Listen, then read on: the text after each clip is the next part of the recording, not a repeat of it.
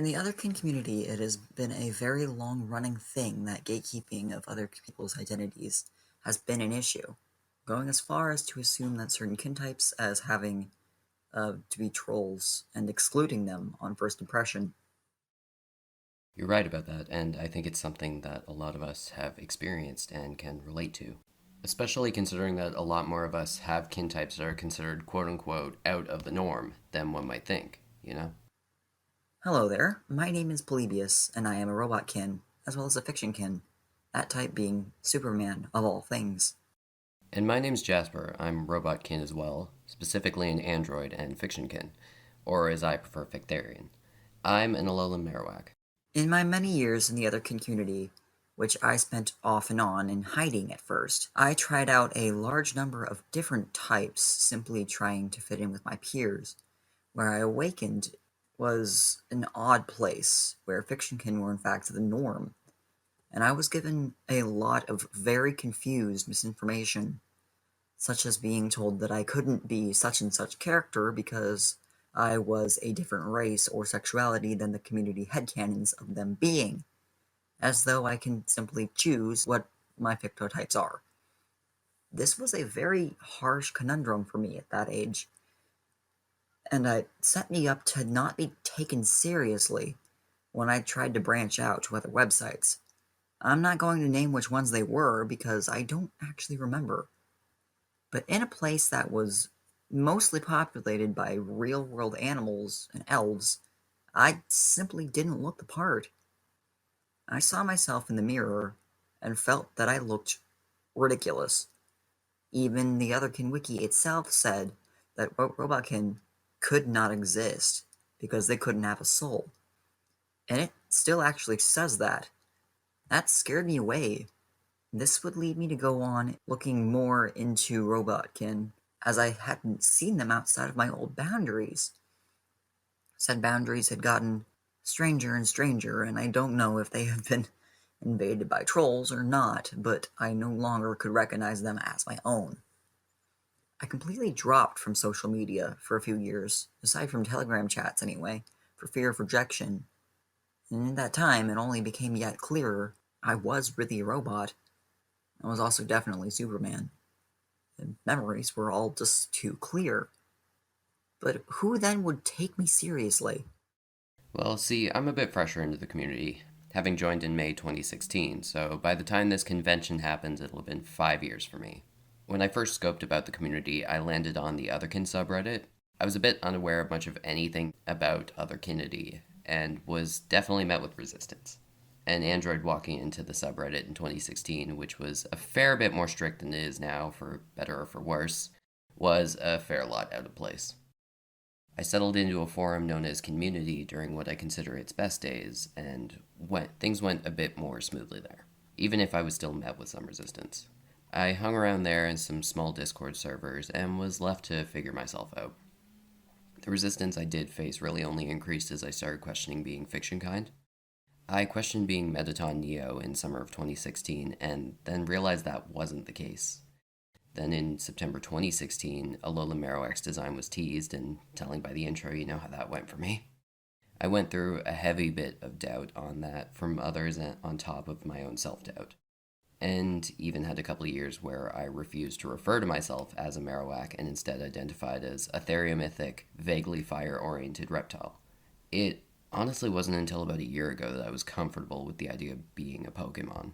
This panel is something through which we aim to address the hostility in non human communities, which fuels experiences and blockades like the ones we've experienced, which I know others definitely have as well. Hostility based on what you identify as, how you identify as it, and how it may intersect with subsections of non humanity such as therianthropy and otherkinity is sadly something that's been a part of non human circles for decades now. I doubt it will ever go away, as we're all people in the end, and our actions are just as emotion fueled as logic fueled. But I think it's far beyond time to call it into question. After the lecture portion of this panel, we'll have a Q&A where you can ask questions to either myself, Polybius, or both of us, or just whoever has an answer at the time. Now, if we're lucky, we'll both be at the convention and not at work. But in the case we are at work, we'll have a submission link where you can submit questions and we'll answer them once we aren't at work and post the answers to the convention server and later on alongside the YouTube archive of the panel. So let's move on then. I have actually met others of all kinds of backgrounds with very different stories to tell me. Therians of multiple interesting species, angels and demons, all sorts of halflings, fictionkin from all walks of life, and that used to absolutely mystify me. The idea that I could just randomly encounter another Otherkin out and about and never even realize it. How many merfolk have I spoken to? Had I ever talked to a comfort character of mine? Could my neighbor be a centaur?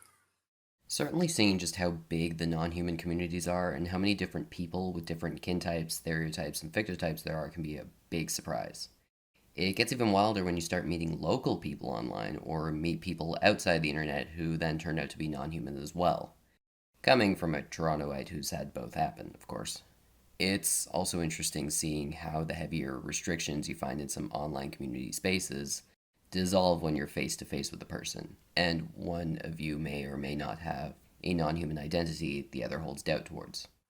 It strikes me very odd that people take grilling to such an intense extreme that younger members of the community may be scared off by it, regardless of their legitimacy.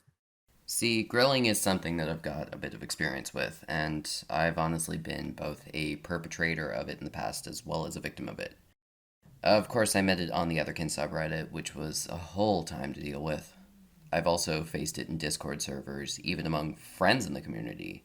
It was a part of why I denied my Alolan Marowak fictheretype in favor of referring to myself as Theriomythic. The grilling absolutely eased up and went away as I used a more acceptable identity term. There's a certain mindset that I've noticed folks who do a lot of the crueler kind of grilling have, and it's a feeling of protectiveness. It's like being taught that grilling people will keep the kinning crowd at bay, or at very least protect a space from them. It can be a bit of an indoctrination as well, thinking you're doing the right thing. I've been a mod of old Therian and Otherkin spaces where we'd used a much lighter form of grilling to quote unquote vet people before they'd get access to deeper discussion channels. Luckily, those systems have been taken apart as far as I've seen and have been involved in, and awareness has been brought to the fact that it's been outright harmful. So, with grilling awareness brought up, let's get into some specifics here. We're both robots. We tease that fact in the very title, so it's probably a great time to discuss it. For me, the Robotkin soul debate is a very real looming fear. Even today, the Otherkin wiki itself states, and I quote, Robotkin are often looked down upon because people see it very hard to be something that doesn't have a soul, so it is quite the topic of controversy. Many Robotkin don't show themselves or make themselves known because of this fact. End quote. This is such an odd thing to me because it assumes that we have to see a robot as an object, which even then can still have a soul if you take it with the perspective of animism. Animism in and of itself is the attribution of a soul to all things, and that includes animals, places, objects, even rivers.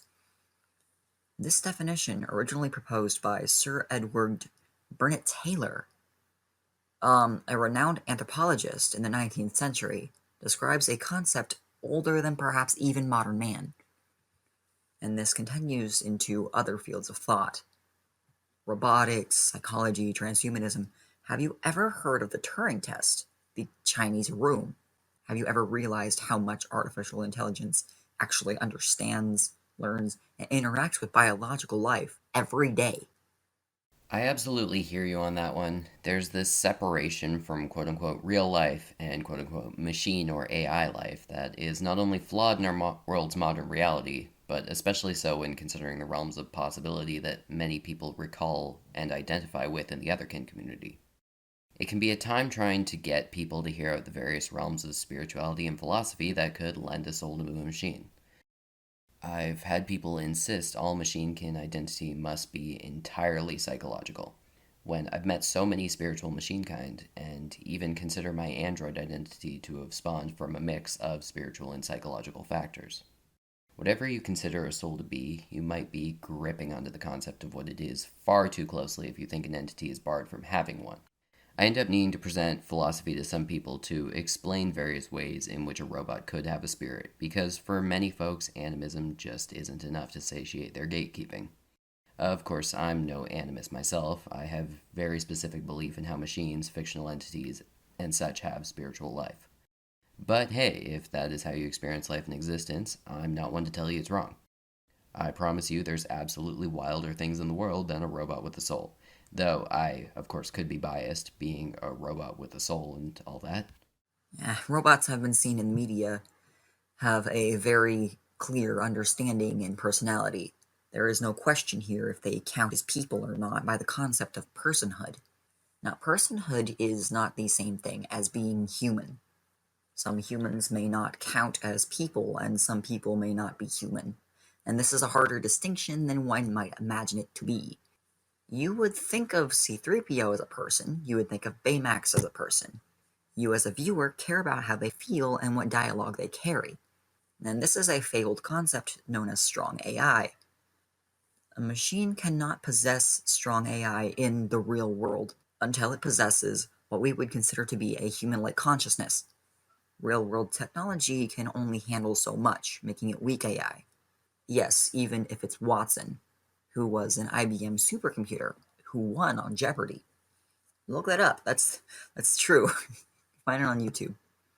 The Turing test, famously proposed by Alan Turing, can be easily stated as the idea that if a machine is in a chat with humans, and can make those humans believe that it is also a human, then it must have human understanding. However, the Chinese room was a thought experiment first proposed in 1980 by American philosopher John Searle. And Searle summarized, as according to the Stanford Encyclopedia of Philosophy, this is proposed as such. Imagine a native English speaker who knows no Chinese is locked in a room full of boxes of Chinese symbols. This is a database. Together with a book of instructions for manipulating the symbols, this is the program. Imagine that the people outside of the room send in other Chinese symbols, which, unknown to the person in the room, are questions in Chinese. This is an input. And imagine that following the instructions in the program, the man in the room is able to pass out Chinese symbols, which are the correct answers to the questions. And this is the output. The program enables the person in the room to pass the Turing test for understanding Chinese, but that does not mean that he understands a word of Chinese. This is meant to show that the Turing test is inadequate as a qualification for technology having human-like understanding, and it is not enough for a machine to fool people. It needs to actually understand and be self-aware to have strong AI.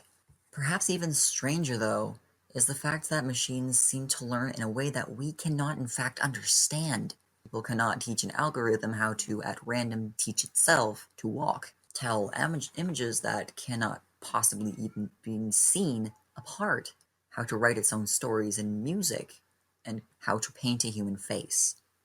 What we must, in fact, do is we teach an algorithm, we have to code a teacher.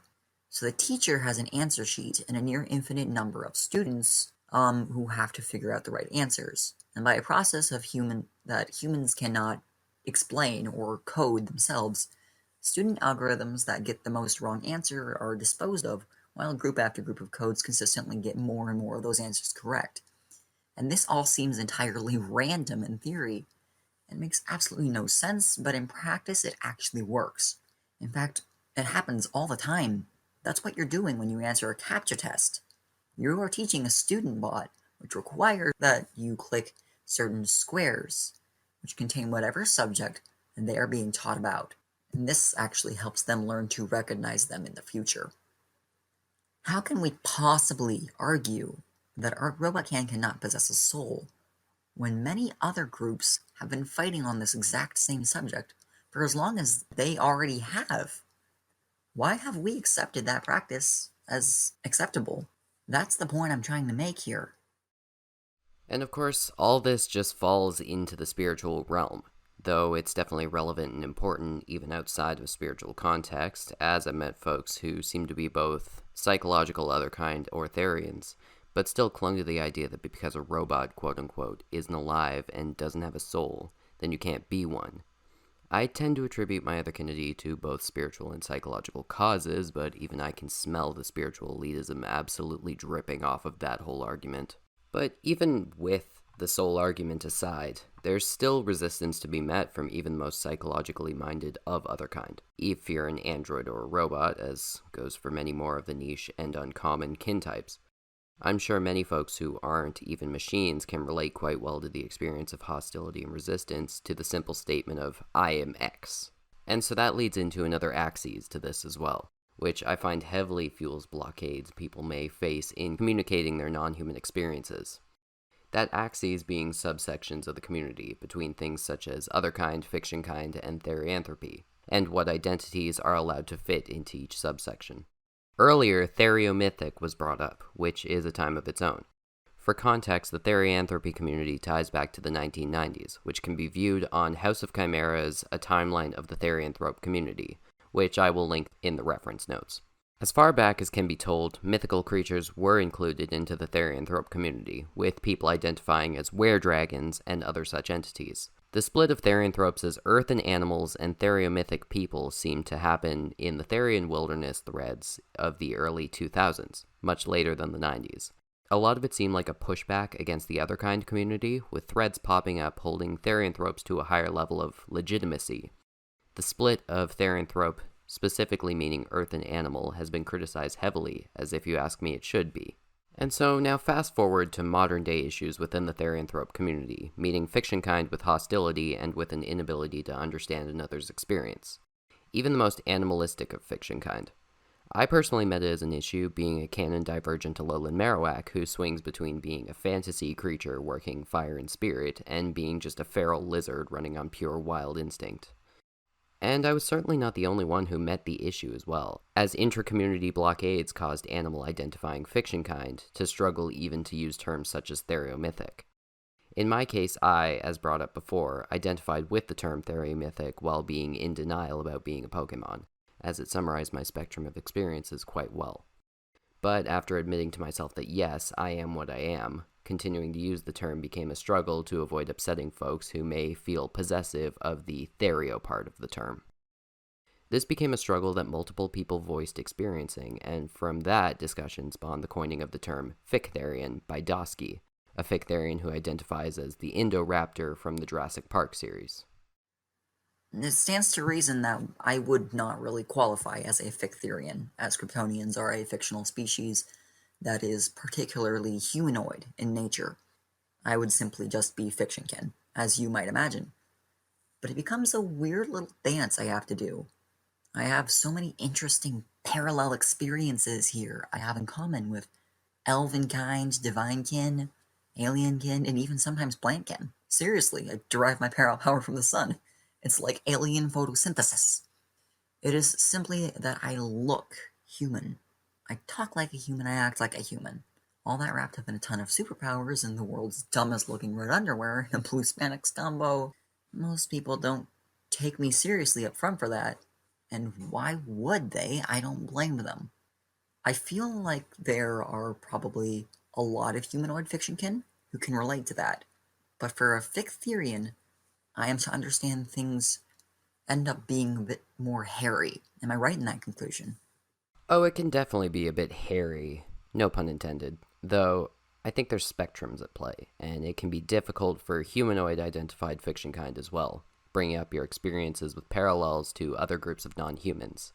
Fictherian is self-adorned, so while I'm not its coiner, I believe it'd be up to you to decide if it fits. Now, this term is special to me. While I think challenging the blockades that arbitrarily bar people from using terms which already exist is more favorable than coining new terms, this one seems to do both for me. It well summarizes the spectrum of experiences I feel between fictional and fantastical memories to feral instincts and animality, which, amusingly, is what I think theriomythic would be more useful for, communicating a spectrum between mythical and animal. Plus, the term itself exists as a challenge to those forced boundaries, directly merging fictional and therianthropic. Even if it doesn't take off in popularity, it's heavily useful within my case, and I am genuinely thankful it exists. Ultimately, I think it communicates a greater expectation within non-human circles that should be challenged and met with questioning. and that's the expectation of therianthropes, otherkind, mythicals, and fictionkind to be wholly separate and unable to identify with one another or empathize with each other's experiences. This idea that people are unable to relate to one another if their non-human selves are visibly different leads to a push of responsibility onto others. Oh, absolutely. There are a lot of bizarre things that end up being commonalities. I've seen people claim that the presence of Pokemon fictherians causes Earthen therians to turn away from a space meant to help them because they assume they cannot relate or see anything in common. Wait, really? But Pokemon are so animalistic to begin with. I tend to believe it comes from a similar, quote-unquote, protect the spaces mentality that grilling and gatekeeping comes from. Defending the purity and more rational focus of the space. I can't say the idea holds up, as there's a pretty good chance a Lycanroc fictherian shares more in common with a wolf therian than, say, an insect or a fish therian. But, see, people don't really wish to hear the fact that animality is heavily diverse, and that you might be able to relate to the experiences of someone you immediately write off as being unable to. Yeah, not a doubt there.